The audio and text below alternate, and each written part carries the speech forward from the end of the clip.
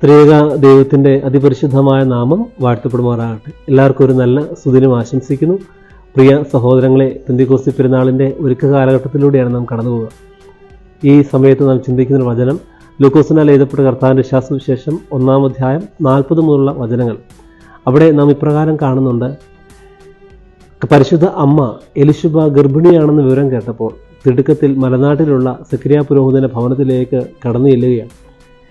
ആ ഭവനത്തിലേക്ക് കടന്നു ചെന്ന് അഭിവാദനം, പരിശുദ്ധ അമ്മ എലിശുബായ്ക്ക് അഭിവാദനം ചെയ്യുമ്പോൾ ഈ അഭിവാദനത്തിന് സ്വരം കേട്ടുകൊണ്ട് എലിശുബായുടെ ഉള്ളിൽ ശിശു സന്തോഷം കൊണ്ട് തുള്ളിച്ചാടിയെന്ന് വചനം ഓർമ്മിപ്പിക്കുക. പരിശുദ്ധ അമ്മയുടെ സന്ദർശനം മൂലം, പരിശുദ്ധ അമ്മയുടെ അഭിവാദന സ്വരം കേട്ടതിലൂടെ എലിശുബായും പരിശുദ്ധാത്മാവിൽ നിറയപ്പെട്ടു. എൻ്റെ പ്രിയപ്പെട്ടവരെ, നമുക്കും പരിശുദ്ധ അമ്മയുടെ മാധ്യസ്ഥം തേടി പ്രാർത്ഥിക്കാം.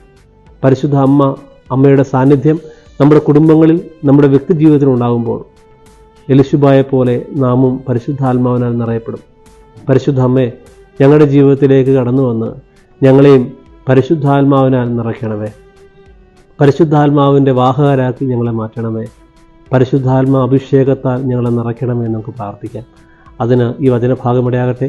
സർവശക്തനായ ദൈവം നിങ്ങളെല്ലാവരെയും വാഴ്ത്തി അനുഗ്രഹിക്കുമാറാകട്ടെ.